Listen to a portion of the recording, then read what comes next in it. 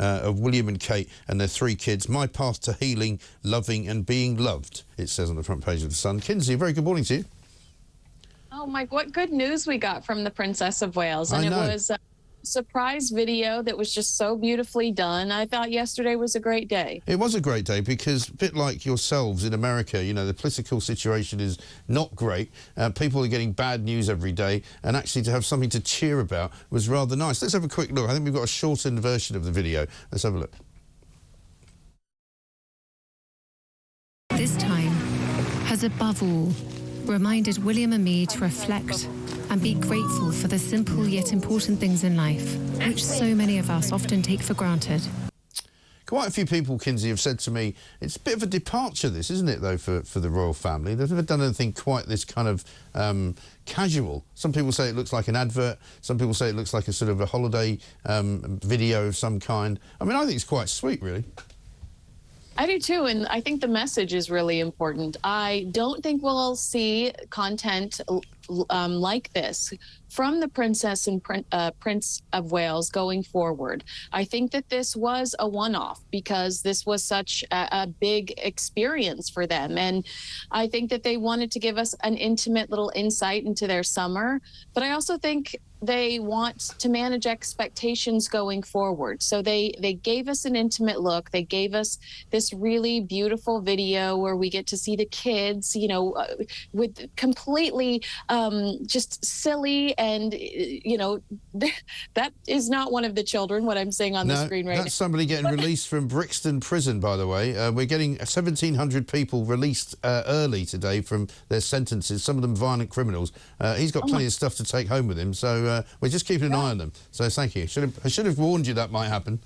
Yeah, but yeah, I just think that this is not necessarily something we'll see going forward. She just wants to manage expectations, and I do think that she wanted to reward people in a way and allow people in their world just at this point in time to say thank you for all the support she's received. And family first, manage expectations. She's not going to be everywhere all the time like she once was. She's going to be at home with her children trying to take care of her health. Absolutely right. And when you see the kids like that as well, you wonder, you know, how difficult it must have been for them this year, you know, particularly knowing that their mother wasn't well, not maybe knowing exactly how unwell she was and whether she was going to recover, because, you know, chemotherapy is not a pleasant thing to go through. We've all known people that have had it, some with some success, some without any success at all. And so she's still sort of saying she's not out of the woods yet completely, but it's quite important to have stopped the chemotherapy, isn't it? It is, and she is feeling better. She's telling us there is a lot to look forward to, and like you said, both of our countries, there's a lot of dread and stress and confusion with what's going to happen over the next few months, the next few years, and to have such an uplifting message and a message that says, you know, look around and, you know, see your blessings and love the people that you're closest to. I thought it was a really beautiful and intimate message, and it was a privilege that we got to experience it. Yeah, absolutely right. A couple of other stories just to mention to you before we let you go. James Earl Jones passing away at the age of 93, a giant of the screen, a man that I'm told was also the voice of CNN, that he apparently was the man that said, "This is CNN." You know, he grew up in Mississippi. He was abandoned immediately by his father. His mother later abandoned him. He was raised by his grandparents.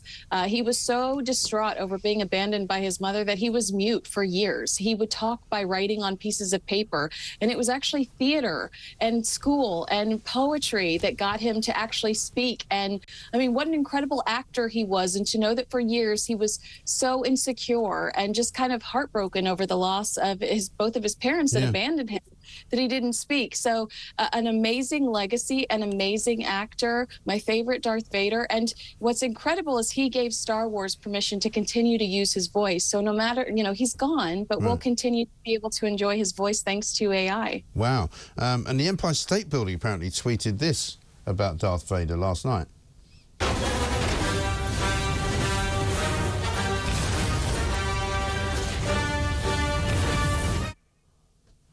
I mean, that's pretty classy, isn't it? I mean, and even though it's Star Wars, you always think of him, don't you, as the man, as Darth Vader. You know, he was the sort of the perfect, you know, anti-hero, if you like.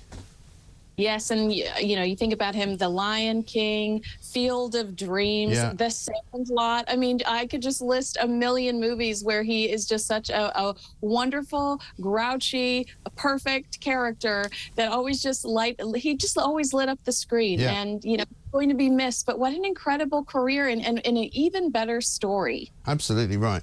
And let's talk about the big debate, because it's happening tonight. Donald Trump versus Kamala Harris, the first time they've been, I presume, together on a stage. I don't think that's happened before.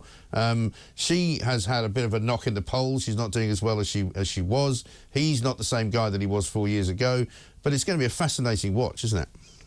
Yeah, Kamala fought and lost to have the mics kept on throughout the entire debate, hoping to catch Trump in an unflattering meltdown. Meanwhile, Trump doesn't want Kamala given a box to give her, you know, an appearance to look taller on stage. And I know that that sounds silly, but, you know, you throw it back to 1960, Nixon versus Kennedy.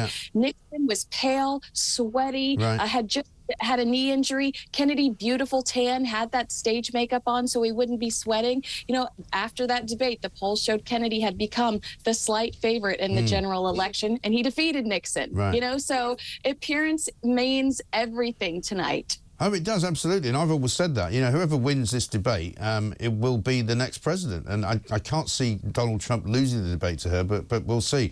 But, I mean, the other thing is that when Joe Biden debated Donald Trump, that was the end of him, because people could see how bad he was.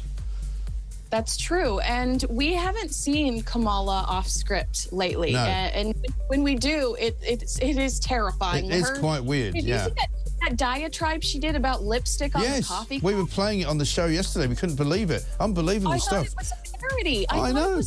I know, it was mad. Kinsey, listen, we've got to run. Thank you so much. Great to speak to you. Kinsey Schofield, the Queen of the US of A and California in particular.